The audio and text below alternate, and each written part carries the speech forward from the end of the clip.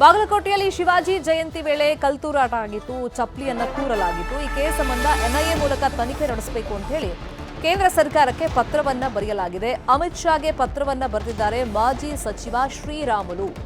ಇನ್ನೊಂದು ಕಡೆ ಬಾಗಲಕೋಟೆಯಲ್ಲಿ ಬಿಜೆಪಿ ಪ್ರತಿಭಟನೆಗೆ ದೊಡ್ಡ ಮಟ್ಟದಲ್ಲಿ ಪ್ಲಾನ್ ಅನ್ನ ಮಾಡಿಕೊಂಡಿದೆ. ಕೆಲವೇ ಕ್ಷಣದಲ್ಲಿ ಹಿಂದೂ ಪರ ಸಂಘಟನೆಗಳಿಂದ ರ್ಯಾಲಿ ನಡೆಯುತ್ತೆ. ಹಾಗಾಗಿ ಬಾಗಲಕೋಟೆಯಲ್ಲಿ ಭಾರೀ ಬಂದೋಬಸ್ತ್ ಅನ್ನ ಪೊಲೀಸರು ಏರ್ಪಡಿಸಿದ್ದಾರೆ. ಮಂಗಳೂರಿಂದ ರ್ಯಾಪಿಡ್ ಫೋರ್ಸ್ ಎಲ್ಲ ಕರೆಸ್ಕೊಂಡಿದ್ದಾರೆ.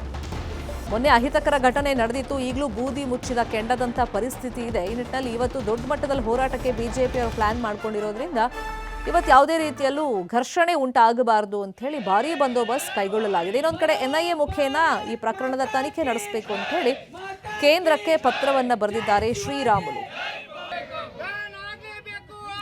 ಇದೇ ವಿಚಾರವಾಗಿ ಇನ್ನಷ್ಟು ಡೀಟೇಲ್ ಆಗಿ ಇನ್ಫಾರ್ಮೇಶನ್ ಕೊಡ್ತಾ ಹೋಗೋದಕ್ಕೆ ಫೋನ್ ಸಂಪರ್ಕದಲ್ಲಿ ಕನೆಕ್ಟ್ ಆಗಿದ್ದಾರೆ ನಮ್ಮ ರಿಪೋರ್ಟರ್ ಮಂಜುನಾಥ್. ಶ್ರೀರಾಮುಲು ಲೆಟರ್ ನಲ್ಲಿ ಏನೆಲ್ಲ ಆಗ್ರಹ ಮಾಡಿದ್ದಾರೆ, ಮತ್ತೊಂದು ಕಡೆ ಇವತ್ತು ದೊಡ್ಡ ಮಟ್ಟದಲ್ಲಿ ಹೋರಾಟಕ್ಕೆ ಬಿಜೆಪಿ ಪ್ಲಾನ್ ಮಾಡ್ಕೊಂಡಿದೆ. ಎಷ್ಟು ಗಂಟೆಯಿಂದ ಪ್ರತಿಭಟನೆ ಸ್ಟಾರ್ಟ್ ಆಗುತ್ತೆ, ಮತ್ತೆ ಪೊಲೀಸರು ಯಾವ ತರ ಅಲರ್ಟ್ ಆಗಿದ್ದಾರೆ?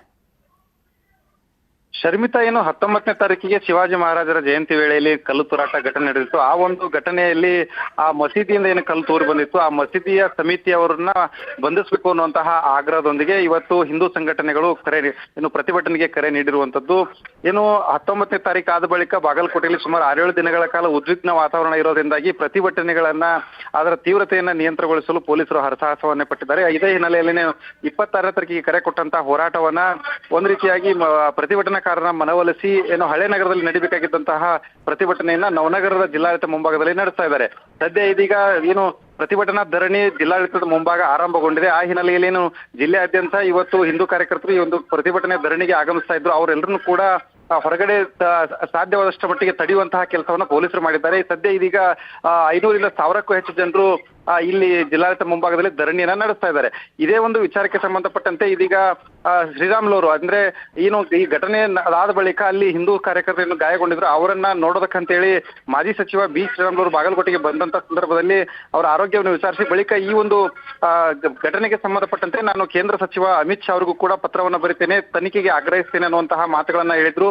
ಅದೇ ಹಿನ್ನೆಲೆಯಲ್ಲಿ ಇದೀಗ ನಿನ್ನೆ ಕೇಂದ್ರ ಸಚಿವ ಅಮಿತ್ ಶಾ ಅವರಿಗೆ ಶ್ರೀರಾಮುಲು ಅವರು ಪತ್ರವನ್ನ ಬರೆದಿದ್ದಾರೆ. ಆ ಒಂದು ಪತ್ರದಲ್ಲಿ ಬಾಗಲಕೋಟೆಯ ಕಲ್ಲು ತೂರಾಟದ ಪ್ರಕರಣ ಆಗಿರ್ಬೋದು, ಅದ್ರ ಜೊತೆಗೇನೆ ಕಲಬುರಗಿ ಪ್ರಕರಣ ಆಗಿರ್ಬೋದು, ಮತ್ತು ಈ ಹಿಂದೆ ನಡೆದಂತಹ ಡಿಜೆಹಳ್ಳಿ ಕೆಜೆಹಳ್ಳಿ ಪ್ರಕರಣಗಳು ಎಲ್ಲೆಲ್ಲಿ ರಾಜ್ಯದಲ್ಲಿ ಕೋಮು ಗಲಭೆಗಳಾಗಿದ್ದಾವೆ ಈ ಎಲ್ಲ ಪ್ರಕರಣಗಳನ್ನ ಉಲ್ಲೇಖಿಸಿ ಎನ್ಐಎ ಮೂಲಕ ಇಂಥ ಒಂದು ಪ್ರಕರಣಗಳನ್ನ ಗಂಭೀರವಾಗಿ ತನಿಖೆ ನಡೆಸಬೇಕು, ತಾಂತ್ರಿಕ ರೀತಿಯಲ್ಲಿ ಇದರ ಮಾಹಿತಿಯನ್ನ ನೀವು ಪಡೆದುಕೊಳ್ಬೇಕು, ಆ ಮೂಲಕ ನೀವು ತನಿಖೆಯನ್ನು ನಡೆಸಬೇಕು ಅನ್ನುವಂತಹ ಮನವಿಯನ್ನ ಪತ್ರದ ಮೂಲಕ ಮಾಡಿರುವಂತದ್ದು. ಶರ್ಮಿತಾ, ಥ್ಯಾಂಕ್ ಯು ಮಂಜುನಾಥ್ ಈ ಕ್ಷಣದ ಮಾಹಿತಿಗೆ.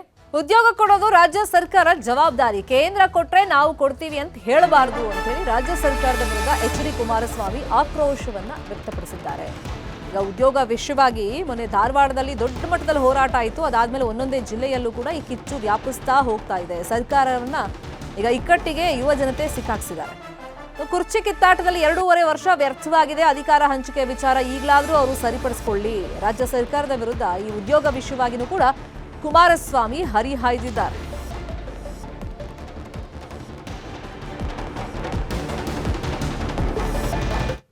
ಸಿಬ್ಬಂದಿಗಳ ಕೊರತೆ ಇರ್ತಕ್ಕಂಥದ್ದನ್ನು ನೀವು ಪ್ರತಿನಿತ್ಯ ತೋರಿಸ್ತಾ ಇರ್ತೀರಿ. ಇಂದ ಈ ಸರ್ಕಾರದಲ್ಲಿ ಸುಮಾರು 2.5 ಲಕ್ಷಕ್ಕೂ ಹೆಚ್ಚಿನ ಒಂದು ಸರ್ಕಾರಿ ಉದ್ಯೋಗಗಳ ಖಾಲಿ ಇದ್ದರು ಬೇರೆ ಬೇರೆ ಸಬಬುಗಳನ್ನು ಹೇಳಿ ಮುಂದಕ್ಕೆ ತಳ್ತಾ ಇದ್ದಾರೆ. ಈಗ ಕ್ಯಾಬಿನೆಟ್ನಲ್ಲಿ ತೀರ್ಮಾನ ತಗೋತೀವಿ ಅಂತ ಈಗೇನೋ ಹೇಳ್ತಾ ಇದ್ದಾರೆ. ಅದು ಎಷ್ಟರ ಮಟ್ಟಿಗೆ ಅದನ್ನು ಅನುಷ್ಠಾನಕ್ಕೆ ತರ್ತಾರೆ ನನಗಂತೂ ಗೊತ್ತಿಲ್ಲ. ನೋಡೋಣ ಏನು ಮಾಡ್ತಾರೆ ಅಂತ ಹೇಳಿ. ಆದರೆ ಒಂದು ಸರ್ಕಾರದ ಜವಾಬ್ದಾರಿ ಉದ್ಯೋಗವನ್ನು ಕೊಡ್ತಕ್ಕಂಥದ್ದು. ಅವ್ರು ಹೇಳ್ಬೋದು ಕೇಂದ್ರ ಸರ್ಕಾರದಲ್ಲೂ ಹೇಳಿದರು, ಅವರೇನು ಕೊಟ್ರ ಅಂತೇಳಿ.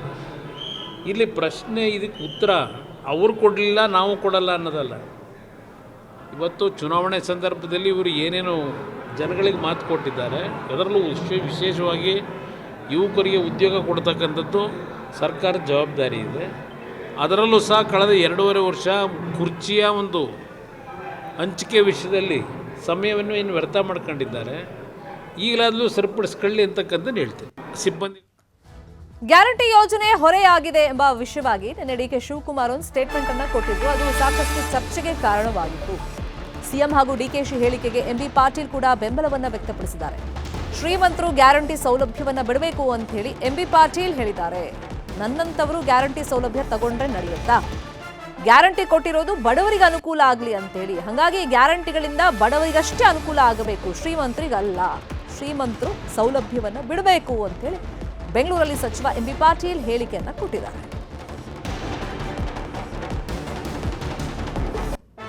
ಸ್ವಾಭಾವಿಕವಾಗಿ ನೋಡಿ, ಒಂದು ಗ್ಯಾರಂಟಿಯ ಹೊರೆ ಅನ್ನೋದಕ್ಕಿಂತ ಅದು ಒಂದು ಭಾಗ, ಅಭಿವೃದ್ಧಿಯ ಒಂದು ಭಾಗ. ನಾವು ಏನು ನಮ್ಮ ಅಭಿವೃದ್ಧಿ ತುಣುಸು ನಾವೇನು ಮಾಡ್ತೀವಿ ಅದರಲ್ಲಿ ಅರ್ಧ ಭಾಗ ಎಷ್ಟು ತುಣುಸು ನಾವು ಗ್ಯಾರಂಟಿಗೆ ಸುಮಾರು 60,000 ಕೋಟಿ ನಾವು ಅದನ್ನು ಹಣವನ್ನು ಕೊಡ್ತಾ ಇದ್ದೀವಿ. ಹೀಗಾಗಿ ಅದು ನಾವು ಚುನಾವಣೆಗಿಂತ ಪೂರ್ವದಲ್ಲಿ ತುಣುಸು ಜನರಿಗೆ ಕೊಟ್ಟಂಥ ಆಶ್ವಾಸನೆ ಇದೆ. ಇದು ಬಡವರ ಸಲುವಾಗಿ ಇರುವಂಥ ಯೋಜನೆಗಳು, ಪಾರ್ಟ್ ಆಫ್ ಡೆವಲಪ್ಮೆಂಟ್ ಸ್ಕೀಮ್ಸೇ ಇದ್ರೂ ಕೂಡ. ಹೀಗಾಗಿ ಯಾವ ಹೊರೆನೂ ಕೂಡ ಇದಾಗೋದಿಲ್ಲ. ಆ ಹೊರೆ ಇದ್ದರೂ ಕೂಡ ಮುಖ್ಯಮಂತ್ರಿಗಳು ಅದನ್ನು ನಿಭಾಯಿಸ್ತಾರೆ, ಎರಡನ್ನೂ ಕೂಡ ಬ್ಯಾಲೆನ್ಸ್ ಮಾಡ್ತಾರೆ. ಸ್ವಾಭಾವಿಕವಾಗಿ ಬಿಡಬೇಕು. ಈಗ ಎಂ ಪಿ ಪಾಲ್ ತೊಗೊಂಡು ನಡೀತದ.